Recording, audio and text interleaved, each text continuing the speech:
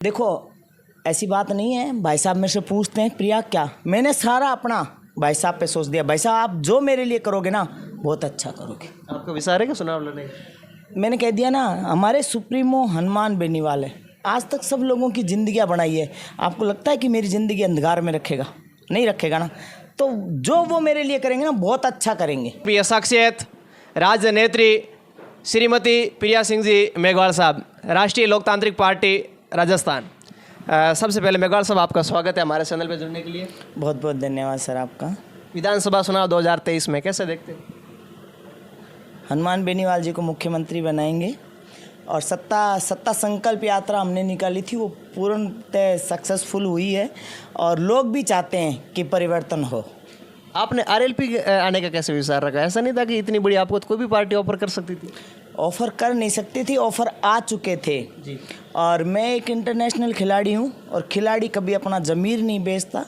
खिलाड़ी हमेशा उसी के साथ रहता है और सच के साथ रहता है। और आपको तो पता है ये किसान की पार्टी है, किसान का बेटा है और हक अधिकारों के लिए लड़ता है। उधर मेरे अंदर ये था कि अगर मुझे राजनीति ज्वाइन करनी है तो मैं ऐसे इंसान की करूं जो किसानों के, दलितों के, शोषित वर्ग के लोगों के लिए इतना लड़ रहा है सरकार से। सरकार ने क्या किया? 70 साल से गुलामी की जंजीरों से जकड़े हुए गुलामी। एक बार भाजपा, एक बार बीजेपी, एक बार भाजपा, एक बार बीजेपी। वादे करती हैं, वादे कभी किसी ने पूरे किए? मेरे साथ भी तो वादा किया था कि आप हमारे समाज कल्याण विभाग की ब्रांड एम्बेसडर हो। क्यों रख दिया ये घोषणा में? जिस समाज से मैं आती हूँ, दलित समाज से, जिस क्षेत्र से आती हूँ मैं, जहाँ लिमिटेड 5 कलर है, मैं आपके पास भीख मांगने नहीं आई थी। आपने क्या वाहवाही लूटी? आपने एक खिलाड़ी का अपमान किया, एक महिला का अपमान किया, ऐसी महिला का अपमान किया जो दलित समाज से आती है और खुद के बलबूते पे पहचान बनाती है। मैं राजस्थान की पहली महिला बॉडी बिल्डर हूँ। इसके साथ पहली बॉडी बिल्डिंग में पहले कभी कोई इंटरनेशनल गोल्ड मेडल नहीं लाया, मैं लाई हूँ। आपने उसकी भावनाओं का, उसके आत्मसम्मान को रौंदा है और ये सरासर गलत है। इसके लिए आपको राजस्थान पूरा कभी माफ़ नहीं करेगा, कभी कोई खिलाड़ी माफ़ नहीं करेगा। आप तो अशोक जी गहलोत के पास में गए थे, आपके अर्जुन राम जी मेघवाल पे आए थे, आपको कुछ दिया होगा? किसी ने कुछ नहीं दिया। जब सरकार 1 रुपया देती है, 1 रुपया लिखती है। क्या उसने लिखा? माना बॉडी बिल्डिंग से गवर्नमेंट मान्यता प्राप्त नहीं है, पर जिस क्षेत्र से जो महिला आ रही है, एक महिलाओं के लिए मान्यवर मुख्यमंत्री जी ने बोला था कि मैं राजस्थान की महिलाओं को पर्दा प्रथा ख़त्म करना चाहता हूँ जिससे महिलाएं आगे बढ़े। मैं पूछना चाहती हूँ, एक बेटी ने कब का कर दिया, आपने उसको क्यों अनदेखा किया? अच्छा, आपको कुछ मिला नहीं थी? कुछ नहीं मिला सच में? हाँ, आप आज की बुक उठाओ जो RS IPS जो कंपटीशन एग्ज़ाम देते हैं उनमें बाकायदा बच्चों को लेसन पढ़ाया जाता है मेरे नाम का। बिल्कुल, हम पढ़ के आए हैं। आप पढ़ के आए हो ना? तो झूठा कौन है? सरकार झूठी है या जो मैंने किया वो गलत है? नहीं, ये तो पुरानी बात नहीं, आजकल की जनरेशन है वो भी जानते हैं। अशोक जी गहलोत के फेसबुक पे, अर्जुन राम जी मेघवाल के फेसबुक पे उनके भी लिखा है प्रिया सिंह जी मेघवाल को ये दिया, वो ऐसे कुछ लिखा है। क्या दिया? कुछ कुछ पैसे वगैरह लिए या फिर हमारे से मुलाकात हुई, शुभकामना वैसे लिखी है? कब लिखी है मेरे को बताओ। जब आप वहाँ से पुरस्कार लेके आए थे। मुझे कुछ नहीं दिया। देता होता तो क्या मैं पागल हूँ जो मैं ऐसे बोलेगी? सरकार का रिकॉर्ड खंगाले। एक बेटी को सम्मान दिया है ना तो सिर्फ हनुमान बेनीवाल ने दिया है। आज हनुमान बेनीवाल ऐसा इंसान है जो मुझे अपने बराबर और अपनी बेटी की तरह मानता है, अपनी बहन की तरह मानता है। आपने हर स्टेज पे देखा होगा जी। और अगर ज़मीर बेचने वाली बात आती ना तो मेरे लिए करोड़ों रुपए मिलते हैं, लोग ऑफ़र करते हैं। प्रिया ने ज़मीर नहीं बेचा। आप राजस्थान भर की यात्रा करके आए, कैसा महसूस, कैसे वो, कैसी यात्रा कैसे लगा आपको? बहुत अच्छा लगा, बहुत सम्मान दिया है लोगों ने। और मैंने पहली बार नोटिस किया है कि एक ऐसे नेता को देखने के लिए जनता तरसती है। आप मेरे गांव से भी गुजरे होंगे, बहुत से गांवों से गुजरते गुजरते आए, लेकिन मारवाड़ में कैसा लगा आपको? अच्छा लगा, बहुत सम्मान देती है और सम्मान के साथ साथ दुनिया सच में बदलाव चाहती है। और आपको पता है, आप मारवाड़ से आते हो या कहीं भी, आपको खुद को नहीं लगता कि हनुमान बेनीवाल जैसा नेता राजस्थान क्या पूरे भारत में नहीं है? मैंने ये पर्सनली फील किया है और फील करने के बाद मैं यही कहूँगी कि ऐसा नेता नहीं है। लेकिन लोग कहते हैं हनुमान बेनीवाल की पार्टी जाटा की है, दलितों के लिए थोड़ी ठीक नहीं है। कांग्रेस पार्टी दलित और मुसलमान। देखो मैं आपको एक बात बताऊं, कहने की बात है, मैं मेरे बारे में बोलती हूँ, मैं ब्लैक पहनूंगी तो मुझे ब्लैक दिखेगा, मैं वाइट पहनूंगी तो वाइट दिखेगा। जहाँ मंच शेयर करते हैं ना, आगे वाली पंक्ति में ना जाट नहीं बैठे होते, दलित बैठे होते हैं, मेघवाड़, बावरी, मुस्लिम, जाट सभी बैठे होते हैं, नाइक।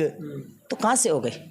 एक आप थोड़ा बुरा मत मानना, अभी 1-2-4 दिन में आपकी पार्टी के साथ अपने दलितों की पार्टी है जो आज़ाद पार्टी से गठबंधन हुआ, मैं यहीं था, लेकिन ऐसे कहते जो एक हनुमान जी का एक वीडियो चल रहा है, कोई क्लिप है सोशल मीडिया पर, जमाना चल जाता है, कोई बना भी थे एडिक्ट, हमें उसका प्रमाणित नहीं करते, लेकिन कि वो जय भीम वाला था, वो हनुमान जी उसको इग्नोर करते हैं। नहीं, ऐसा कुछ नहीं है, इग्नोर नहीं किया।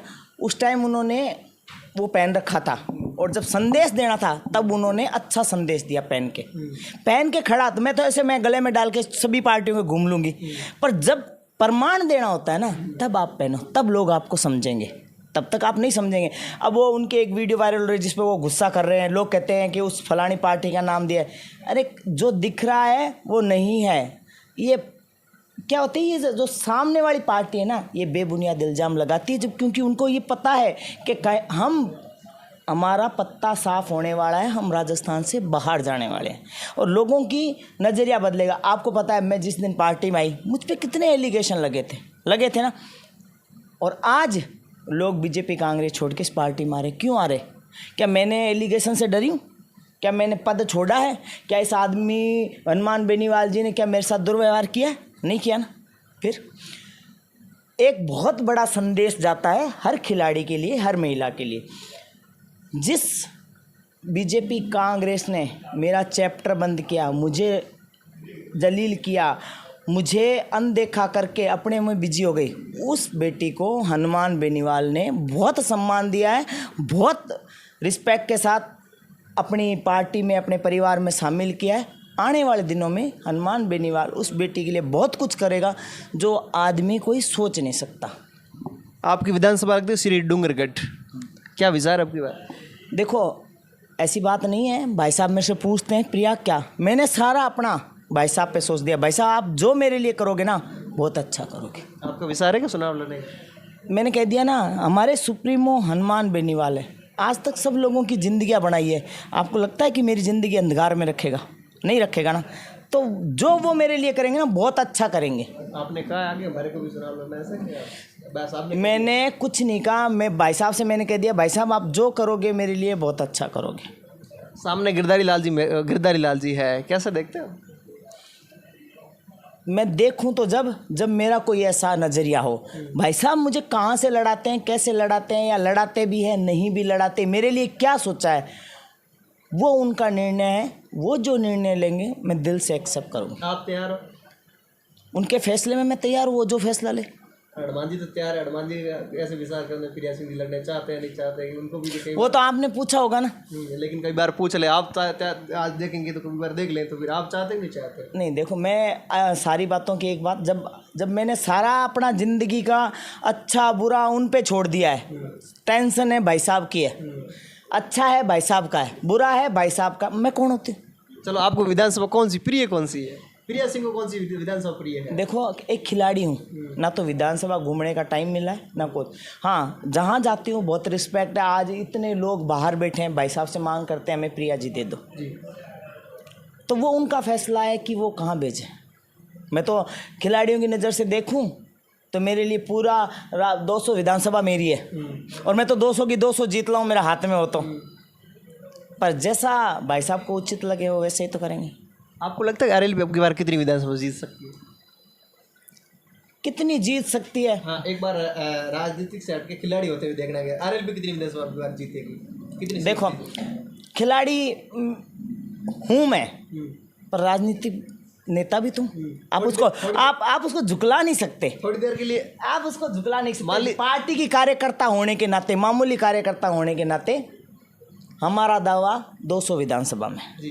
दावा नहीं, जैसे मैं मान लो, मैं थोड़ी देर पत्रकार नहीं, आप मान लीजिए थोड़ी देर राजनेता नहीं खिलाड़ी, तो आप मान लीजिए आरएलपी अब की बार कितनी सीटें जीत जाएगी? देखो, मैं ज़्यादा तो नहीं कहती। हम दया से बीजेपी के खाते में, कांग्रेस के खाते में 50 छोड़ देंगे, 150 हम ले आएंगे। पक्का? हाँ पक्का वादा करते हैं? वादा तो अब क्या, जनता जनार्दन है, लोगों के आंखों पे पट्टी बंधी हुई है, वो उतरेगी जब पता चलेगा ना। और एक बात बताऊं, ये आप भी जानते हो, मैं भी जानती हूँ, पर्दे के पीछे कहने को अपने होते, पर्दे के पीछे जा जाके क्या करते हैं किसी को पता नहीं। और यहाँ पे अच्छा करोगे तो अच्छा पाओगे, बुरा करोगे तो बुरा पाओगे। और आजकल दो तरफी दुनिया हो गई है, आप समझो। हम वो सोचती है हमारा इधर भी काम निकले इधर भी काम निकले। तो ये जनता जनार्दन है, जनता 101% परिवर्तन चाहती है और वो परिवर्तन उनको अच्छा संदेश है कि आपके हक और अधिकार मिले। महिला उत्पीड़न के मामले में राजस्थान नंबर 1 है। आज राजस्थान में आप देखो, जयपुर के बस स्टैंड पे लिखा आता है कि वो महिला उत्पीड़न के मामले में राजस्थान नंबर 1 है। तो ये एक राजस्थान की सभ्यता नहीं है, इसको ऐसे लिखना चाहिए कि महिला उत्पीड़न के मामले बढ़ते जा रहे हैं, हम इसको ख़त्म करने की वो वादा करते हैं। तो वो एक अच्छा संदेश है। ये अच्छा संदेश नहीं है कि महिला उत्पीड़न के मामले में राजस्थान नंबर 1 है। तो ये सब ख़त्म होगा।